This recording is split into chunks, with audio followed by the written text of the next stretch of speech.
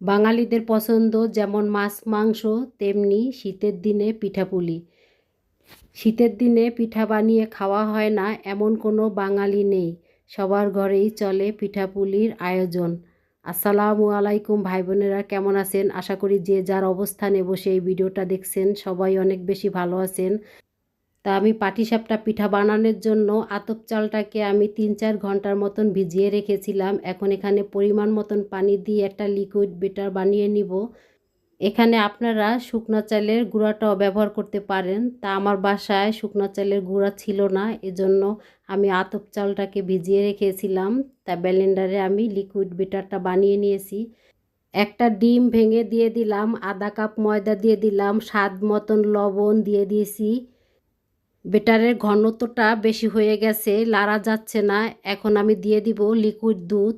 এখানে আপনারা দুধের পরিবর্তে পানি দিয়ে দিতে পারেন। তা আমি দুধটা দিয়েই বেটারটা বানিয়ে নিব। তা ঘনত্বটা ঠিক এরকম হতে হবে। এখন দিয়ে দিব আমি এখানে খেজুরের গুড়, আর খেজুরের গুড়ের পরিমাণটা আমি এখানে বেশি দিব না। পাটিসাপটা পিঠাটা উপরের যে রুটিটা হবে যেন হালকা মিষ্টি হয়, এজন্য এখানে আমি খেজুরের গুড় অল্প পরিমাণ দিয়ে দিলাম।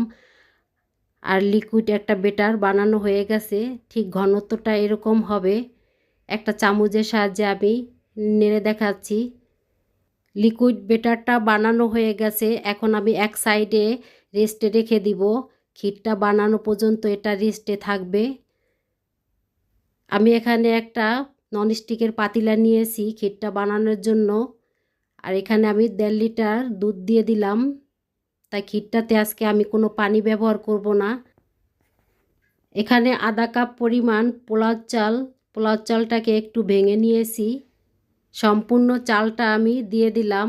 আর এই দেওয়ার পরেই অনবরত লাড়তে হবে, কারণ এই সময় দলা পেকে যাওয়ার সম্ভাবনাটা বেশি থাকে। ভিডিওর এই পর্যন্ত এসে যে সকল ভাই বোনেরা ধৈর্য সহকারে ভিডিওটা এখন পর্যন্ত দেখছেন কিন্তু একটা লাইক দিতে ভুলে গিয়েছেন, প্লিজ ভাই বোনেরা একটা লাইক দিয়ে পুরো ভিডিওটা দেখার অনুরোধ রইল।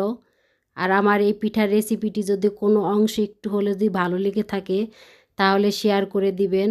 আর যদি বেশি ভালো লেগে থাকে তাহলে সাবস্ক্রাইব করে আমার পাশে থেকে যাবেন।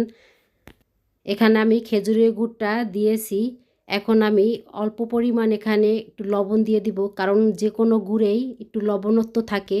সেক্ষেত্রে একটু চেটে লবণটা পরিমাণ মতন দেওয়া ভালো, কারণ লবণের পরিমাণটা যদি একটু বেশি হয়ে যায় তাহলে পিঠাটা নষ্ট হয়ে যাবে, খেতে আর ভালো লাগবে না।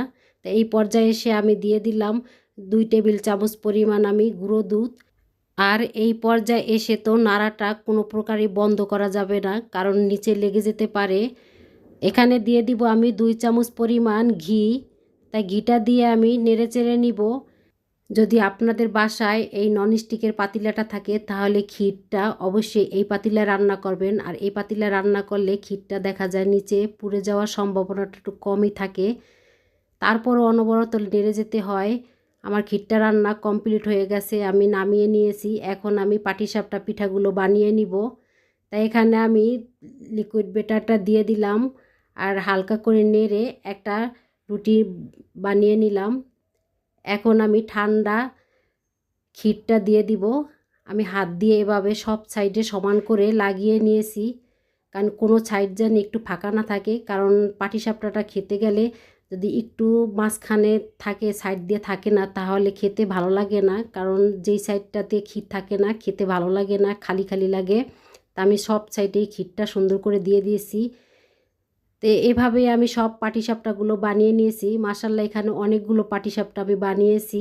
আর বানিয়ে আমার ফ্ল্যাটে কয়েক বাসায় আমি এই পিঠা দিয়েছি। আর শীতের দিনে সবাইকে দিয়ে পিঠা বানিয়ে খেতে মজাই আলাদা। তা মাশাআল্লাহ পিঠাটা খেতে বেশ মজা হয়েছিল।